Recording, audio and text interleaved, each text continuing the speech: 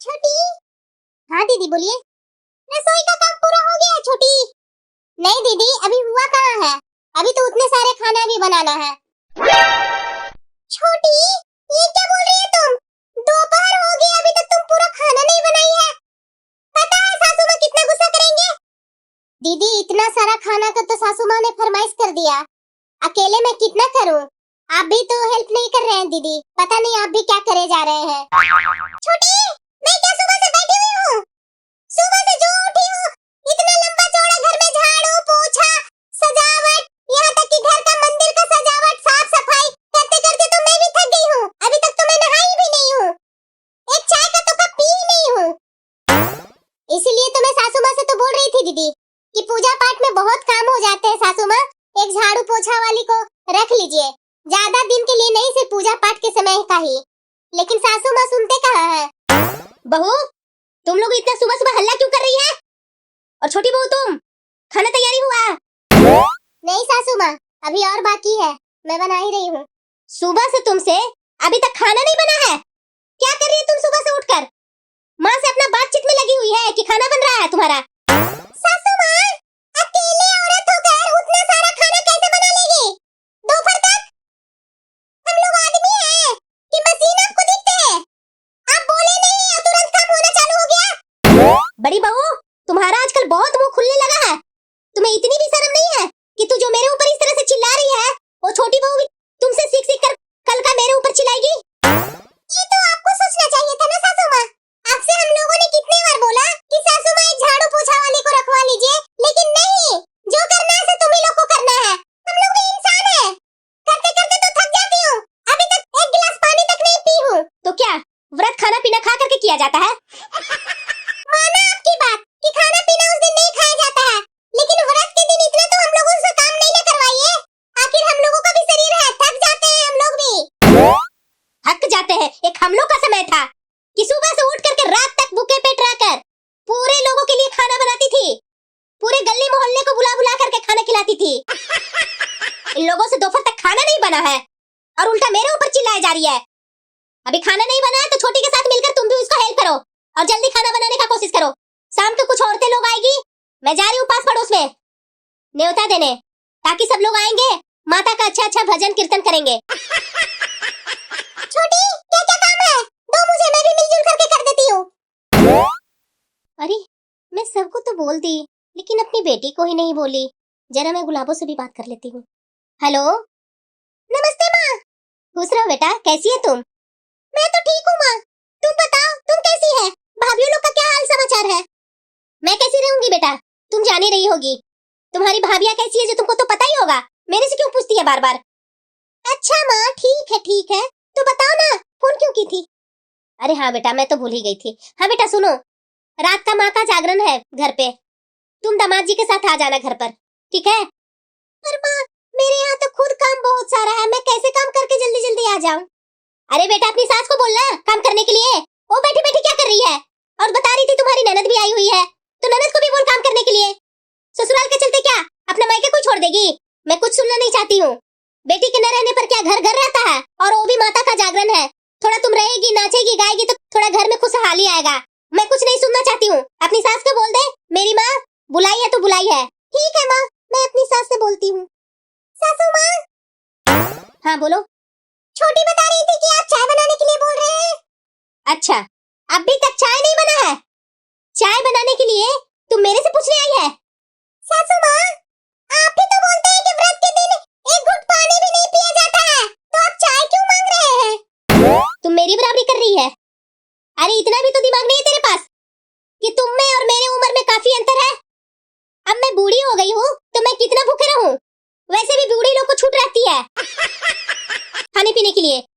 जल्दी जल्दी चाय बनाकर लेकर आओ और साबूदाना का बड़ा बनाकर लाओ।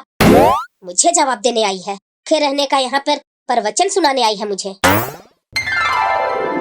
अरे बहू कहाँ गई? थोड़ा चाय पिलाओ इन लोगों को। ला रही हूँ सासू माँ। चलिए दीदी ला रही है बहू चाय, तब तक गाना बजाना शुरू कीजिए। हाँ हाँ दीदी जरूर। जय माता की प्यारे बोलो जय माता की। आप लोग भी बोलिए, सिर्फ मैं ही अकेले बोलते रहूं? हाँ हाँ दीदी हम लोग भी पीछे पीछे बोल रहे हैं। दीदी लेकिन आपकी बिटिया कहीं दिख नहीं रही है, नहीं आई है क्या गुलाबो? अरे मैं क्या बोलूं आपसे, मेरी बेटी की सास इतनी गंदी है कि मैं क्या बोलूं आपसे। मेरी बेटी को तो दिन भर काम करवा करवा करके मार देती है। मैं उसे बोली थी आ जाना बेटा, शाम तक आ जाना, लेकिन मेरी बेटी जैसे ही अपनी सास से बोली मेरी माँ मायके बुलाई है तो उसकी सास और डबल 4 गुना काम दे दी। और देखिए मैं यहाँ माता की जगराता रखी हूँ और मेरे कंपटीशन में उसकी सास भी जगराता रख ली और बोलती है कि जगराता में बहू कहीं मायके जाती है, चुपचाप से यही रह। हाँ दीदी। तो और क्या, एक मैं हूँ सास जो दिन भर अपनी बहू को आराम देती हूँ, थोड़ा बहुत कर लेती है वही काफी है। मेरे जैसा सास होना ना दीदी बहुत मुश्किल बात है। गाइए ना आप लोग, रुक क्यों गए? जय माता की, जय माता की, जय माता की। दीदी आपको पता है आपकी पड़ोसन के यहाँ कल ना बहुत लड़ाइयाँ हो रही थी। है? मुझे तो पता ही नहीं है। कहाँ रहते हैं दीदी आप? इतना जोर जोर से लड़ाई हो रही थी ना कि मैं क्या बोलूं, इतनी मतलब लगता है उसका हस्बैंड उसे मार रहा था। ये अभी मैं सुनी कि वो अपनी सास को 2-4 दिन से खाना नहीं दे रही थी। आखिरकार उसका पति कितना बर्दाश्त करेगा दीदी? मारेगा ही ना अपनी पत्नी को, इतने गंदे व्यवहार करेंगे बहुए तो मार ही खाएगी। अरे गाइए ना आप लोग, चुप क्यों हो जाते हैं आप लोग? जय माता की, जय माता की, प्यार से बोलो जय माता की। और बहू तुम अभी आई है, कहाँ गई थी पहले से? इसको इतना सा भी दिमाग नहीं है कि घर में पूजा पाठ चल रहा है और महारानी पता नहीं घर छोड़ करके कहाँ गायब थी। सासू माँ कुछ काम था वही मैं फंस गई थी, काम करके तुरंत तो आ ही रही हूँ। ठीक है, और छोटी नहीं दिख रही है? सासू माँ छोटी को थोड़ा प्रॉब्लम हो गई है, वो नहीं आ सकती है। ठीक है मैं समझ गई हूँ। अरे गाइए ना आप लोग, चुपचाप है। जय माता की, प्यारे बोलो जय माता की। और पता है दीदी बहू सास से तो एकदम नहीं बनती है। सुन रही हूँ मैं कि 1 साल से दोनों बहू और सास में बातचीत नहीं चल रही थी। हे भगवान, कैसी सब बहुएं आ जाती है कि आते के साथ सास को समझती नहीं है। मुझे तो ताज्जुब लगता है ये सुन सुन करके। हे माता रानी, बुराई करने वाले से मुझे कोसों दूर रखना है माता रानी, मुझ पर कृपा बनाए रखना। मेरे से ही नहीं माता रानी, मेरे घर वालों से भी कोसों दूर रखना। मैं साफ नेक दिल की हूँ माता रानी, मुझ पर अपनी कृपा बनाए रखना माता रानी। मुझे मेरे नवरात्रि का फल दे दे माता रानी, पापी लोगों को नष्ट कर देना मेरी जिंदगी से माता रानी। हे माता रानी, बुराइयों से कोसों दूर रखना माता रानी। और पता है दीदी मैं झूठ नहीं बोलती हूँ, नवरात्रि का व्रत रखी हूँ, मैं कभी झूठ बोल ही नहीं सकती हूँ दीदी। मैं सुबह से भूखी बैठी हूँ। मैं बोल रही हूँ ना कि अरे क्या बताऊँ, वो दोनों सास बहू में इतनी लड़ाइयाँ हुई थी ना दीदी कि पास पड़ोस वाले तो भीड़ लगा दिए थे। बाद में उसकी बहू सबको डांट डांट कर भगाए जा रही थी। बताइए तो जरा, बहू ने तो हद ही कर दी दीदी। बस सासू माँ, अब पूजा करने बैठे हैं कि बुराइयां करने बैठे हैं? कब से मैं सुने जा रही हूँ, सिर्फ चुगली चुगली किए जा रहे हैं बैठकर। आप माता रानी के लिए जागरण रखे हैं कि आप अपने यहाँ पंचांग लेकर के बैठे हैं? ऐसा जागरण करने से क्या फायदा होगा आपको?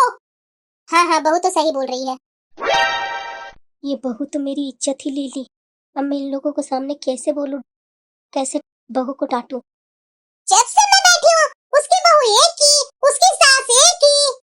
अरे पूजा में आए सासू माँ, पूजा आप रखे हैं, मन से माता रानी को भजन कीर्तन कीजिए। ये क्या आप यहाँ ड्रामा बना रखे हैं? सिर्फ चुगली चुगली चुगली चुगली चुगली करना ही था तो आप डेली शाम को निकलते ही है, वही बैठकर चुगली कर लेते हैं पेट भर। ऐसा जागरण होता है? मैं तो पहली बार देख रही हूँ। बड़ा बोल रहे हैं, मैं साफ नेक दिल की हूँ, मुझ पर कृपा करे माता रानी। आप क्या है क्या नहीं है माता रानी को तो पता ही है, आपको बोलने से क्या फायदा है? बहू तू सरेआम मेरी बेइज्जती कर रही है। दीदी इन दोनों सास बहुओं को झगड़ा करना ही था तो हम लोगों को जगराता में क्यों बुलाया इन्होंने? मैं